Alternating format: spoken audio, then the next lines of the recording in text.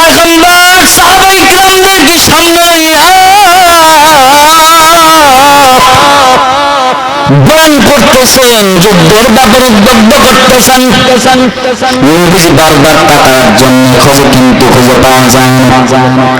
আল্লাহ নবীজিকে সাহাবায়ে কিরাম ডাক নবী আপনি কাউকে চেনেন, আপনি কি কাউরে খুঁজতেছেন?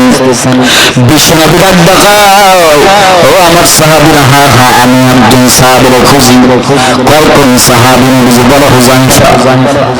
ও সাহাবীরা বলো, বলো আমার হুযায়ফা কোথায়? হুযায়ফা কেন দেখি না? সাহাবীরা ডাক দেখায়, নবী গো হুযায়ফারে তো আমরাও দেখি না। আল্লাহ পয়গম্বর একটা চিঠি লিখলেন। চিঠিটা লেখার পরে বিশ্বনবী মুহাম্মদ সাল্লাল্লাহু আলাইহি ওয়াসাল্লাম একজন কাসিদকে পাঠালেন, আর ডাক দেখান, যাও যাও ওই চিঠিটা নিয়ে হুযায়ফার হাতে দিবার বলবা। চিঠিটা পাওয়ার পর একটা সেকেন্ড পর্যন্ত যেন দেরি করে না। আমি পয়গম্বর সবাইকে দেখা করে সুবহানাল্লাহ বলেন। মুসলমান বন্ধুরা আমার, কোরআন কালার জন্য দিল নরম করেন। বার্তা বাহক চলে গেল হুযায়ফার বাড়ির দিকে। হুযায়ফার বাড়ির দিকে চলে যাওয়ার পর যতই বাড়ির কাছে আগায় ততই একটা অনুষ্ঠানের মতো দেখতেছে। মনে হয় এই বাড়িতে কোনো অনুষ্ঠান আছে। এবার বার্তা বাহক বাড়ির ভিতরে যখন ঢুকছে, ঢোকার পর দেখি বাড়ির মধ্যে বিবাহের অনুষ্ঠান। একজনের মনে হয় বিবাহ হচ্ছে। ও মুসলমান বলতে মন করেন কোন দিকের জন্য। এবার বার্তা বাহক টাকায় দেখে এই বিবাহ আর গণ্য করুন নয়, এই বিবাহ আল্লাহর পয়গম্বর সাহাবী হযরত হুযায়ফার। সুবহানাল্লাহ বলেন। আল্লাহর পয়গম্বর সাহাবী বার্তা পালাইয়া ছিড়ে পালাইয়া হযরত হুযায়ফার হাতে যখন দিলেন, আমি তো এই সময়ের মধ্যে হুযায়ফার বিবাহ সম্মত হয়ে গেছে, আদ্য হয়ে গেছে। এখন বিবির ঘরের মধ্যে প্রবেশ করবে। এবার বার্তা বাহক যখন চিঠিটা হাতে দিছে, চিঠিটা হাতে পাওয়ার পর মুসলমান খেয়াল করেন কোন দিকে নজর নেই। এবার হযরত হুযায়ফা চিঠিটা খোলা দেখতেছে। আল্লাহর পয়গম্বর লিখছে, হুযায়ফা আমার চিঠিটা পাওয়ার পরে তুমি যেখানে থাকো না কেন একটা সেকেন্ড তুমি দেরি করে মারা, জলদি করে জমে আসবা আমার দরবারে। আমি পয়গম্বর ওই হুনাইনের যুদ্ধের প্রথম সেনাপতি তুমি হুযায়ফারে আমি নির্বাচিত করছি। সুবহানাল্লাহ বলেন। হযরত হুযায়ফা চিঠিটা পাওয়ার পর এমন একটা লাভ দিয়া দাঁড়ায় গেছে। এবার ঘোড়া পড়ছে। এবার তরবারিটা হাতে নিয়ে দিছে একটা দৌড়। পিছন থেকে একজন মুরব্বী ডাক দেখায়, ও হুযায়ফা কোথায় যাও নতুন বিবাহ করলা, এখন পর্যন্ত তোমার বিবির চেহারা তুমি দেখলা না। তোমার বিবির চেহারা তুমি দেখো, কোথায় যাও? হযরত হুযায়ফা ডাক দেখায়, ও মুরব্বী আমার পয়গম্বর আমাকে বলেছে এই মুহূর্তে 1 সেকেন্ডের মধ্যে নবীজির দরবারে আমার যাইতে হবে। এবার ওই মুরব্বী ডাক দেখায়, তুমি নবীর দরবারে যাও কোনো সমস্যা নাই, কিন্তু নতুন বিবাহ স্ত্রীর মুখ দেখা সুন্নাত, তুমি সুন্নাতটা আদায় করে তারপর চলে যাও। এবার হুযায়ফা ডাক দেখায়, শোনেন নতুন বিবির চেহারা দেখা যেমন সুন্নাত, তার চাইতে হাজার কোটি গুণ বেশি সুন্নাত হলো দামি, সুন্নাত হলো গুরুত্বপূর্ণ, সুন্নাত হলো আমার পয়গম্বর ডাকে সারা দিয়া যুদ্ধের ময়দানে কালিমাতুল্লাহর জন্য দিনকে প্রতিষ্ঠিত করার জন্য আমার নবীর নেতৃত্বে নিজের জীবন দিয়ে দেওয়া, এটা হলো সবচাইতে বড় সুন্নাত। ঠিক কিনা বলে বলো মুসলমান ভাইরা। হযরত হুযায়ফা রাদিয়াল্লাহু তাআলা দিছে একটা আল্লাহর পয়গম্বরের দরবারে চলে যাওয়ার পর নবী আলাইহিস সালাম হযরত হুযায়ফাকে ডাক দেখায়, হুযায়ফা তোমার আমি সেনাপতি বানাইলাম, তোমার দলকে তুমি ঠিক করা, তাদেরকে গাইডলাইন দাও। সারাটা রাত হযরত হুযায়ফা আল্লাহর পয়গম্বর বিশ্ব মুহাম্মদুর রাসূলুল্লাহ সাল্লাল্লাহু আলাইহি ওয়াসাল্লাম সাহাবায়ে কিরামদেরকে গাইডলাইন দিলেন। গাইডলাইন দেওয়ার পর ফজর নামাজ যখন হয়ে গেল, ফজরের নামাজের পর নবী আলাইহিস সালাতু ওয়াস সালাম হিদায়াতের বয়ান দিচ্ছেন, হিদায়াত দিচ্ছেন। মুসলমানের মুসলমান একটা বার্তা বাহক হযরত হুযায়ফার হাতে একটা চিঠি ধরায় দিলেন। হযরত হুযায়ফা এই চিঠিটা পাওয়ার পর চিঠিটা খুললেন। চিঠিটা খোলার পর তাকায় দেখেন চিঠিটা আর অন্য কারণ নয়, ওই চিঠিটা হলো নতুন বিবাহিত স্ত্রীর চিঠি। সুবহানাল্লাহ। হযরত হুযায়ফা চিঠির মধ্যে লিখতে, হযরত হুযায়ফা দেখে চিঠির মধ্যে নতুন বিবি লিখছে, স্বামী আমার আপনি যুদ্ধের মাঝে যান, কোন সমস্যা নাই, আমি এই মদিনার মধ্যে সবচাইতে যত যুবক ছিল আমি জানতাম আপনি শ্রেষ্ঠ একজন যুবক, আপনি নবীর একজন শ্রেষ্ঠ সাহাবী। আমি সবসময় চাইতাম আপনার স্বামী হিসেবে পাওয়ার জন্য। আল্লাহ আমার দোয়া কবুল করেছে, আপনাকে স্বামী হিসেবে আমি পাইছি। ও আমার স্বামী, আপনি যুদ্ধের ময়দানে যাবেন, কোন সমস্যা নাই, কোন টেনশন না, আপনি যান। আপনি যদি শহীদ হন আমার কোনো দুঃখ নাই, কারণ কাল কিয়ামতের ময়দানে আমি একজন শহীদের বিবি হয়ে দাঁড়াইতে পারবো। সুবহানাল্লাহ বলেন। তাদেরকে বিবি, তাদেরকে ঈমান। কিন্তু হযরত হুযায়ফা তাকায় দেখে এবার এই বিবিটা লাগছে, স্বামী গো আপনি যুদ্ধের ময়দানে যাবেন কোনো সমস্যা নাই, কিন্তু আমার একটা ছোট্ট আবদার হলো, আপনি তো আমার চেহারা দেখেন না, আমি আপনার চেহারা দেখিনি স্বামী গো, একটা সময়ের জন্য যদি আপনি আমার কাছে আসতেন, আমার ঘরে ঢুকতেন, আমি আপনার চেহারাটা দেখতাম, আপনি আমার চেহারাটা দেখতেন। হযরত হুযায়ফা চিঠির মধ্যে উত্তর দিয়ে দিলেন, আমার সময় নাই তোমার সাথে দেখা করার। সুবহানাল্লাহ। হযরত হুযায়ফা রাদিয়াল্লাহু তাআলা চিঠির মধ্যে লেখা দিলেন, দ্বিতীয়বার কিছুক্ষণ পর আবার চিঠি ফেরত আসছে। আবার চিঠির মধ্যে কি কথা লিখছে, স্বামী গো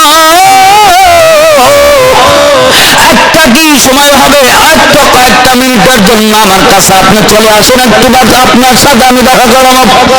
হুযায়ফা লেখা দিলেন, সময় নাই, সময় নাই।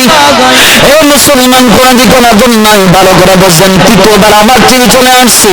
আল্লাহর পয়গম্বর বিশ্বনবী মুহাম্মদুর রাসূলুল্লাহ সাল্লাল্লাহু আলাইহি মুসলমান এবার ডাক ডাকা, হুযায়ফা বারবার তোমার চিঠি দেখে বিরক্ত করে, কে বিরক্ত করতেছে? হুযায়ফা ডাক ডাকা, নবী গো আমার নতুন বিবাহিত স্ত্রী আমার কাছে চিঠি লিখতেছে। নবীজি কয় কি লেখে? এবার হুযায়ফা ডাক ডাকা, নবী গো আমার সাথে নাকি সে দেখা করবে, অত্যন্ত প্রয়োজন। আল্লাহ নবী যাও যাও, তোমার কয়েকটা মিনিটের জন্য আমি শুধু দিয়ে দিলাম, তোমার বিবির সাথে তুমি দেখা করে আসো। সুবহানাল্লাহ বলেন। হযরত হুযায়ফা রাদিয়াল্লাহু তাআলা আনহু দিছে একটা জলদি করে বাহির হও, ঘরের মধ্যে কি করা, জলদি করে বাহির হও, সময় নাই, সময় নাই। পয়গম্বর কেবল সাহাবায়ে কেরামদেরকে ওয়েট করে রাখছে তোমার সাথে দেখা করার জন্য। এবার স্বামী বিবি ডাক দেখায়, স্বামী গো একটু ঘরের মধ্যে আছেন, আপনাকে একটু মন করে দেখি, পান খুলে দেখি। হযরত হুযায়ফা বলে, না না তোমার সাথে দেখা করার সময় আমার নাই, তুমি কি বলবা তারা বলো। এবার ঘরের ভিতর থেকে এবার স্ত্রী বাহির হয়ে আসছে, আর ডাক দেখায়, স্বামী গো আমার একটাই চাওয়া, একটাই পাওয়া হলো, আল্লাহর পয়গম্বরের জবানে আমি শুনেছি যুদ্ধের ময়দানে যাওয়াকালীন কোন মুজাহিদ যদি আল্লাহর কাছে দোয়া করে, আল্লাহ ওই দোয়া কখনো ফেরত দেয় না। আপনি একটু, আমি একটু দোয়া করবো আর আপনি আমার দোয়ার সাথে একটু আমিন আমিন বলবেন। হযরত হুযায়ফা বলো, ঠিক আছে যা বলবা তাড়াতাড়ি বলো, একটু তাড়াতাড়ি বলো, সময় বেশি নেই, কি বলবা বলো, আমি আমিন বলবো। এবার হুযায়ফার স্ত্রী দু হাত তুলে চোখের পানি ছেড়ে ডাক দেখা, আল্লাহ রব্বুল আলামিন, ইয়া আহকামাল হাকিমিন, ইয়া আকরামাল আকরামিন, আয় মাওলা তুমি তো সব করতে পারো, আল্লাহ তুমি অসম্ভবকে সম্ভব করতে পারো, তুমি অনিয়মকে নিয়ম করতে পারো। কর্তা হন ঠিক না ঠিক? অনিয়মকে নিয়ম যিনি করেন তিনি কে? জোড়া অবস্থা বলেন তিনি কে? আর জোড়া আওয়াজ করে বলেন তিনি কে? আল্লাহ নিয়ন্ত্রণ করতে পারেন। এবার হুযায়ফার বিবি ডাক আল্লাহ গো, আমি জানি আমার স্বামী যুদ্ধের ময়দান থেকে ফিরে আসবে না, আমার স্বামী যুদ্ধের ময়দান থেকে ফিরে আসবে না, কিন্তু আল্লাহ তুমি তো নিয়ন্ত্রণ করতে পারো। আল্লাহ তুমি কি পারো না আমার স্বামীর গাড়ি তুমি ফিরাই আমার কোলে ফিরাই দিতে? হুযায়ফা সাথে হাতটা সাল্লা দিছে, আর তারপরে উল্টা পিঠ দিয়া বিবির হাতের মধ্যে আঘাত করা বাদ বাঁচাও, বিবির উল্টা দোয়া করবেন। এই ফালতু দোয়া করার জন্য আমি তোমার কাছে আসিনি। সুবহানাল্লাহ। আমি গাজী হিসাবে তোমার কাছে ফিরে আসতে চাই না, বরং আমি শহীদ হয়ে আল্লাহ জান্নাতে পাখি হইয়া উড়তে চাই। সুবহানাল্লাহ বলেন। ও মুসলমান বন্ধু আমার, এটা হলো নবী করিম সাল্লাল্লাহু আলাইহি ওয়াসাল্লাম প্রতি হযরত সাহাবায়ে কিরাম রাদিয়াল্লাহু তাআলা আনহুর মুহাব্বত ভালোবাসা।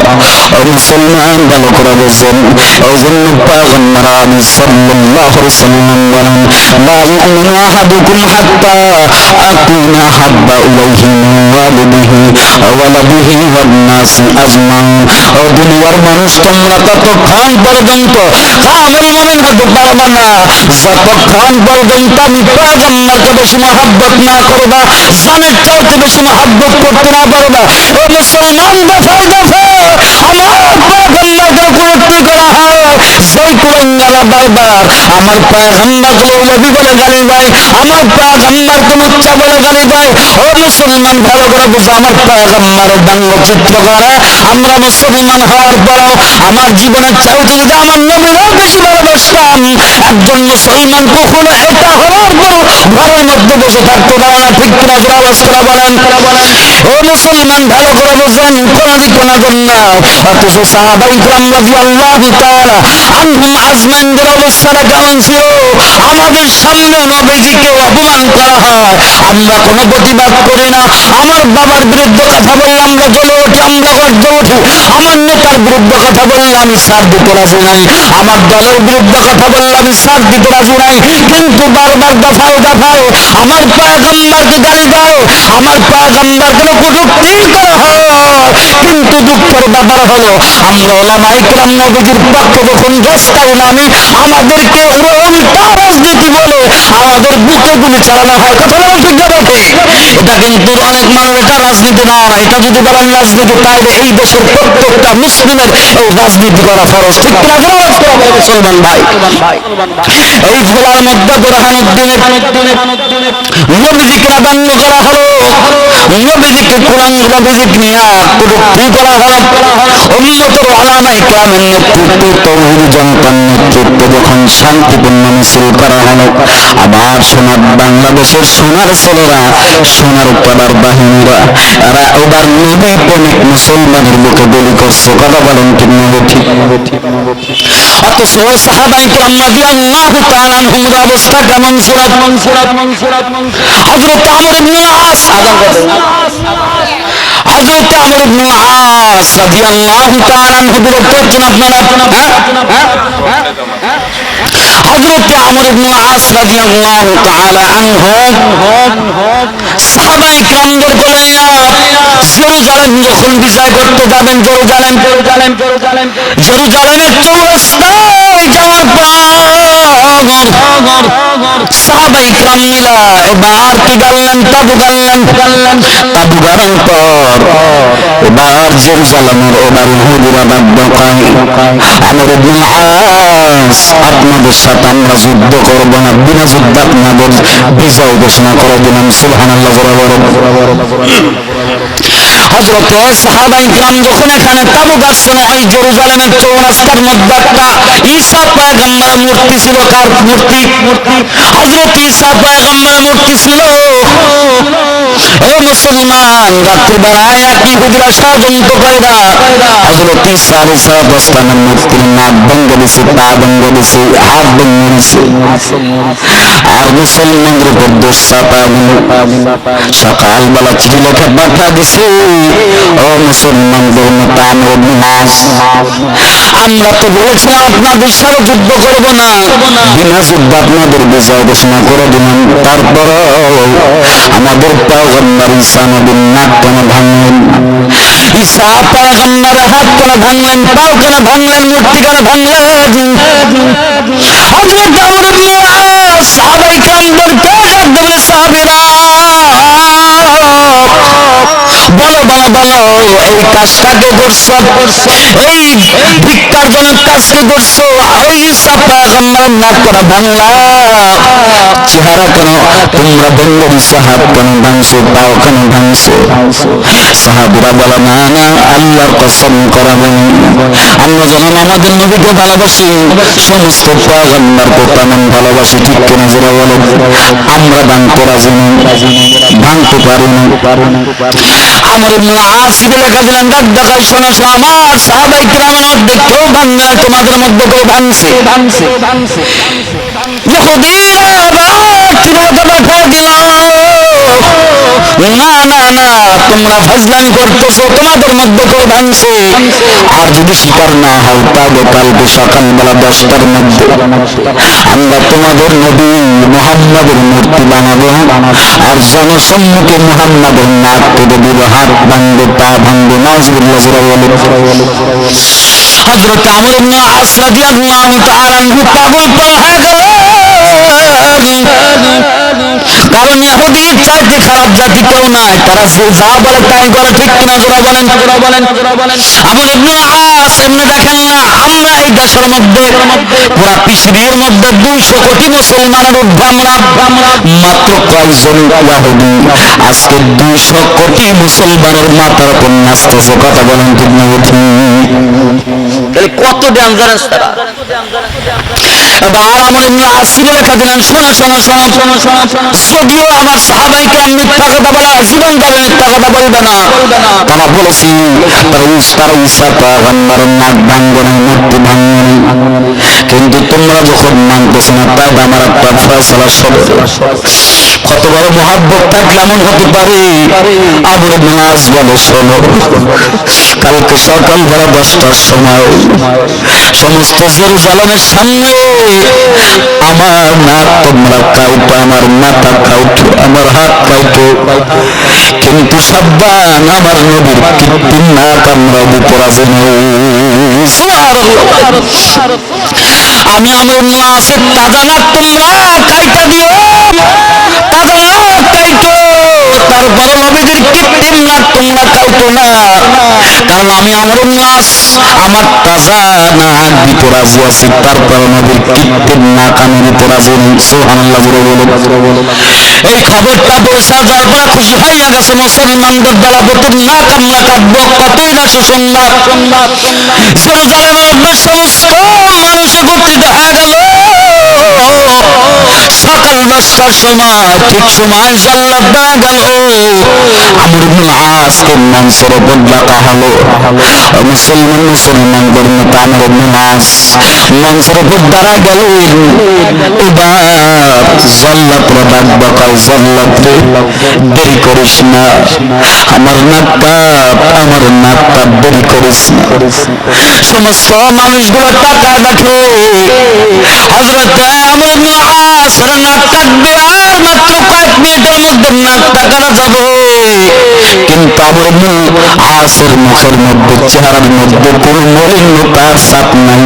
সুবহানাল্লাহ বলে চেহারার মধ্যে কোন মলিনতা নাই, হাসি খুশি নবীর জন্য নাক দিতে পারতেছে, তাই তো বড় সৌভাগ্য। নবীর জন্য যদি একবার কেন হযরত আমর ইবনে আস বলে 1000 বার যদি জীবন দিতে পারতাম আমি খুশি হইতাম, তারপরও আমি আমার মন খারাপ থাকতো না। সুবহানাল্লাহ বলেন।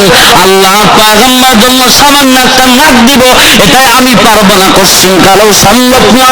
ও মুসলমান, সমস্ত মানুষগুলো টাকা দেখা আরো যখন নবীর উম্মতে যে নবীর উম্মত নবীর কৃত্রিম নাক দিবে না, তাদের বক্তব্যটা হলো নবীর কৃত্রিম নাক নিতে পারবা, আমার জীবন নাও, তারপর নবীর নাক নিতে পারবা না। ও মুসলমান, এবার একজন ময়দানের মধ্যে একজন দাঁড়ায় গেল, ময়দানের মধ্যে একজন দাঁড়ায়া সাবধান সাবধান, ওই আমর ইবনে আসের নাক তুমি কাটবা না, নাক যদি কাটতেই হয় তাহলে আমার নাক তোমরা কাটো, কাউটা না। আল্লাহ আল্লাহু আকবার, এমন উম্মত পাগলতা আমি কোথাও দেখি নাই। পয়গম্বর উম্মত, আপনি নবীজিকে ভালোবাসে আর নবীর কৃত্রিম নাক দিতে রাজি নাই, নিজের নাক তাজা নাক দিব। আর আমরা কেমন নবীর উম্মত হয়ে এলাম? আমার নবী ঈসা পয়গম্বর উম্মত হওয়ার পরও আমি নিচে এমন হতবাগা যে নবীর নাক ভাঙলাম, নবীর হাত ভাঙছি, পা ভাঙছি, এটা মুসলমানদের মধ্যে তো ভাঙ্গ নাই। আমি খ্রিস্টান, আমি ইহুদি, মুসলমানদেরকে সাজানোর জন্য, ফাঁসানোর জন্য আমি এই রাতের বেলা কাজটা করছি। আবার নাকটা কেটে দাও, সাথে সাথে আর একটা কাজ আমি করবো। আজকে হাত দিয়ে ডাকবা কল দাও। আর আমি খ্রিস্টান থাকতে চাই না, ইহুদি থাকতে চাই না, আমার ওই মুহূর্তে কালেমা পড়ে মুসলমান বানা দাও। আল্লাহ এই জন্য মুসলমান বলে ভালো যদি বাঁচতে হয় নবীজিকে ভালোবাসবা। এ মুসলমান, দিন যদি দিতে হয়, মন যদি দিতে হয়, নবীজিকে দিকবা। কার করে তুমি ছুটত? আজকে আমার মা বোনদের আমি বলো, মা কার পিছনে তুমি ছুটছ? আজকে বাংলাদেশের যেই ফিতনা, আজকে ইসলামের এই মালাউন জাতিরা একটা নতুন ফাঁদ পেতেছে, মুসলমানদের রমণীদেরকে প্রেমের ফাঁদে ফালা ফালা ফুসলা ফুসলায়া তাদেরকে হিন্দুত্ববাদী বানাবে, তাদেরকে দিন হারা করবে। কথা বলেন ঠিক না? আজকে ফেসবুক গরম। এই গতকালকেই বেলকুচির ঘটনা, চায়নাবাদে এক হিন্দুকে ধরছে, মুসলমানের মেয়েকে ফাঁসায়া প্রেমের প্রলাপনে ফেলায়া তারপরে বাচ্চাও দিছে। নাউজুবিল্লাহ, ফিরাওয়াজকেরা বলেন না, ইমান হারা দিন হারা করতেছে। এখান থেকে সরে দাও। ও মুসলমান, কিসের সাথে তুমি মহব্বত করো? ভালোবাসা যদি দিতে হয় আল্লাহর সাথে লাগাও, নবীজির সাথে মন লাগাও। কথা বলেন ঠিক না? ঠিক। আল্লাহ সব দরজা তোমার জন্য খুলে দিবে। আর বেশি নয়, এই জন্য যে কথা বলতেছিলাম, কাল কিয়ামতের ময়দানে কঠিন মুসিবতের দিনে দুই ভাগ হবে। একটা হলো সাঈদ, তারা বিনা হিসেবে জান্নাতে যাবে, আর একটা হলো সাকি, তারা জাহান্নামে যাবে। সাঈদ হবে কারা? ও মুসলমান, দুইটা গুণ। একটা হলো নবীজি আল্লাহ সন্তুষ্ট, দুই নাম্বার হলো নবীজির সুপারিশ। আর নবীজির সুপারিশ পাবো আমরা তিনটা জিনিসের মাধ্যমে। কয়টা জিনিস? এরপরে বলেন কয়টা জিনিস? 370 থেকে আমার জীবনের 370 থেকে নবীজিকে বেশি মহব্বত করলে নবীজির সুপারিশ পাওয়া সম্ভব। এক নাম্বার হলো আমার নিজের জীবনের চাইতে নবীজিকে মহব্বত করতে হবে। রাজি আছে তো ইনশাআল্লাহ? ইনশাআল্লাহ। 2 নাম্বার, আমার মা বাবা ভাই বোন আত্মীয় স্বজন সবগুলোর চাইতে আমার নবীজিকে বেশি মহব্বত করব। 3 নাম্বার হলো আমার মাল সম্পদ সবকিছুর চাইতে নবীজিকে বেশি মহব্বত করে। আল্লাহ তাআলা আমাদের সকলকে যা কিছু বললাম সর্বপ্রথম আমাকে আমল করার তৌফিক দান করেন, আপনাকে আমল করার তৌফিক দান করেন। আর এই মাদ্রাসার জন্য সকল দোয়া করবেন। মাহফুজ ভাই অত্যন্ত মেহনত করে এই মাদ্রাসাকে কায়েম করেছেন। আল্লাহ তাআলা কিয়ামত পর্যন্ত এই মাদ্রাসায় কায়েম রাখেন।